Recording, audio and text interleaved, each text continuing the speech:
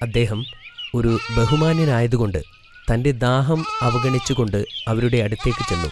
ഞാൻ നിങ്ങൾക്ക് എന്തെങ്കിലും സഹായം ചെയ്യേണ്ടതുണ്ടോ? നിങ്ങൾ എന്തിനാണ് മാറി നിൽക്കുന്നത്? അദ്ദേഹം അവരോട് ചോദിച്ചു. അപ്പോൾ മുതിർന്ന സഹോദരി ഇങ്ങനെ മറുപടി പറഞ്ഞു: പുരുഷന്മാർ ആടുകൾക്ക് വെള്ളം കൊടുത്ത് തീരുന്നതുവരെ ഞങ്ങൾ കാത്തിരിക്കുകയാണ്.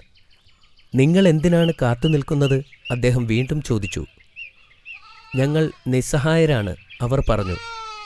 ഞങ്ങളുടെ പിതാവ് വളരെ പ്രായമായവനും ഈ ജനക്കൂട്ടത്തെ നേരിടാൻ ശക്തിയില്ലാത്തവനുമാണ്. പിന്നെ ഞങ്ങളിപ്പോൾ അങ്ങോട്ട് പോയാൽ അവർ ഞങ്ങളെ പിടിച്ച് തള്ളാൻ ശ്രമിക്കും. അതുകൊണ്ട് അവർ വെള്ളം കൊടുത്ത് തീർന്നതിന് ശേഷമാണ് ഞങ്ങൾ മൃഗങ്ങൾക്ക് വെള്ളം കൊടുക്കുന്നത്, അവർ വിശദീകരിച്ചു. പ്രവാചകൻ ആ സ്ത്രീകളുടെ ആടുകളെ വെള്ളത്തിനടുത്തേക്ക് കൊണ്ടുപോയി. പ്രവാചകൻ വെള്ളത്തിനടുത്തെത്തിയപ്പോൾ ആ ഇടയന്മാർ ഒരു വലിയ പാറ വച്ച് ആ കിണർ മൂടിയിരുന്നു. പ്രവാചകൻ ആ പാറയെ ഒരു കൈ ഉപയോഗിച്ച് ഉയർത്തി മാറ്റി.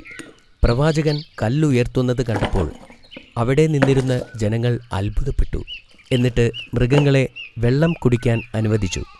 പിന്നീട് അദ്ദേഹം തിരിച്ച് ആ മരത്തണലിലേക്ക് പോയിരുന്നു. അപ്പോഴാണ് അദ്ദേഹം താൻ വെള്ളം കുടിക്കാൻ മറന്നുവെന്ന് തിരിച്ചറിഞ്ഞത്.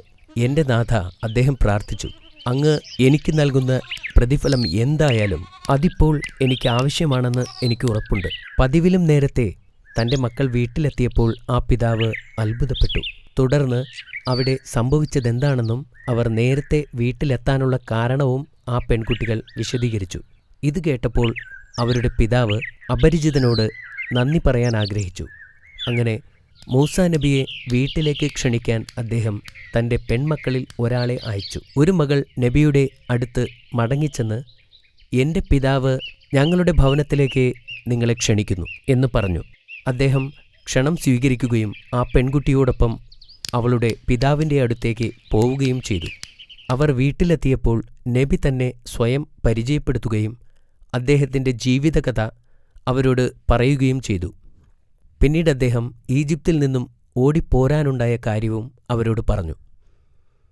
അയ്യൂബ് നബി മൂസാ നബിയെ ആശ്വസിപ്പിച്ചുകൊണ്ട് പറഞ്ഞു, നിങ്ങൾ അക്രമികളിൽ നിന്നും രക്ഷപ്പെട്ടതിന് അള്ളാഹുവിനോട് നന്ദിയുള്ളവനായിരിക്കുക. ഇപ്പോൾ നിങ്ങൾ ആരെയും ഭയപ്പെടേണ്ടതില്ല.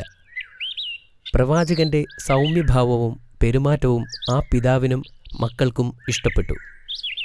കുറച്ചു ദിവസത്തേക്ക് അവരോടൊപ്പം താമസിക്കാൻ അവർ അദ്ദേഹത്തെ ക്ഷണിച്ചു. പ്രവാചകൻ വളരെ സന്തോഷത്തോടുകൂടി ആ ക്ഷണം സ്വീകരിക്കുകയും ചെയ്തു.